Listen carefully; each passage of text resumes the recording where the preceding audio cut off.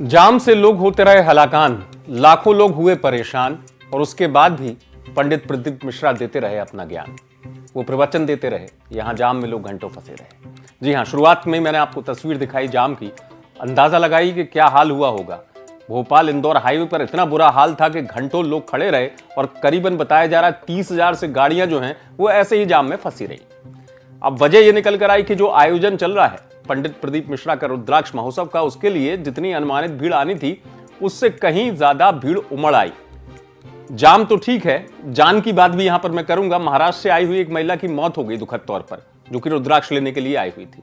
इन सब तमाम स्थितियों के बीच में भी कई जगह से यह बात निकलकर सामने आई जो प्रवचन में पंडित प्रदीप मिश्रा ने कहा। सोशल मीडिया पर वो बात चल रही है, कई निजी अखबारों ने भी छापा इस बात को कि पंडित प्रदीप मिश्रा उस दौरान ये प्रवचन दे रहे थे कि मौत आना है तो आएगी ही, और भगवान शंकर का जो भक्त होता है उसकी मौत पर संसार के लोग भले ही रोते हों, लेकिन देवता उन पर पुष्प बरसाते हैं, चाहे वो कोई भी हो।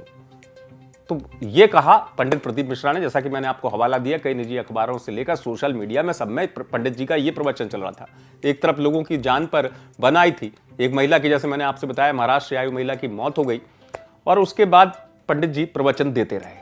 दरअसल इस आयोजन को लेकर कई तरीके की स्थितियां बनी ऐसी, जो हाल हुआ वो हाल इतना बुरा हाल था कि जैसा मैंने आपको बताया कि उम्मीद नहीं थी कि इतनी भीड़ उमड़ आएगी। भीड़ की संभावना जो जताई गई थी वो थी कि 1-2 लाख लोग आएंगे, लेकिन वहां 1-2 लाख से कहीं बहुत ज्यादा भीड़ थी। नतीजा ये हुआ कि सड़क पर वाहनों की कतार लग गई।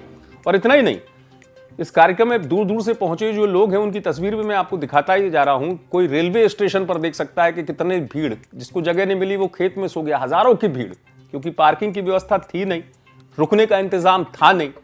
और इन तमाम स्थितियों के बीच में भी कार्यक्रम चलता रहा, जैसे कार्यक्रम होता है धार्मिक कार्यक्रम।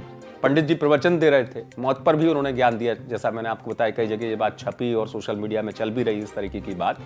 लेकिन सवाल ये उठता है, धर्म कर्म मर्म ये जिंदगी का अहम हिस्सा है, इससे इनकार नहीं किया जा सकता। लेकिन आस्था के नाम पर अगर ऐसी स्थिति बन जाए कि जहां पर जज्बात जो हैं वो इस कदर हालात में बदल जाए कि लोग ही परेशान हैं, भक्त ही परेशान हो जाए, किसी महिला की मौत हो जाए, उस पर पंडित जी ने भी ज्ञान दिया, तो ऐसी स्थितियों में सवाल उठना लाजमी हो जाता है कि कहां तक ये बात सही है। ठीक है, आस्था एक अपना विषय है, अटूट विषय है, लेकिन उस आस्था के बीच में परेशान हो रही जो जिंदगियां हैं वो भी तो एक अपने आप में एक बड़ा सवाल है। उनको लेकर क्या जवाबदेही नहीं बनती उन जिम्मेदार लोगों की जो इस तरीके के आयोजन करते हैं।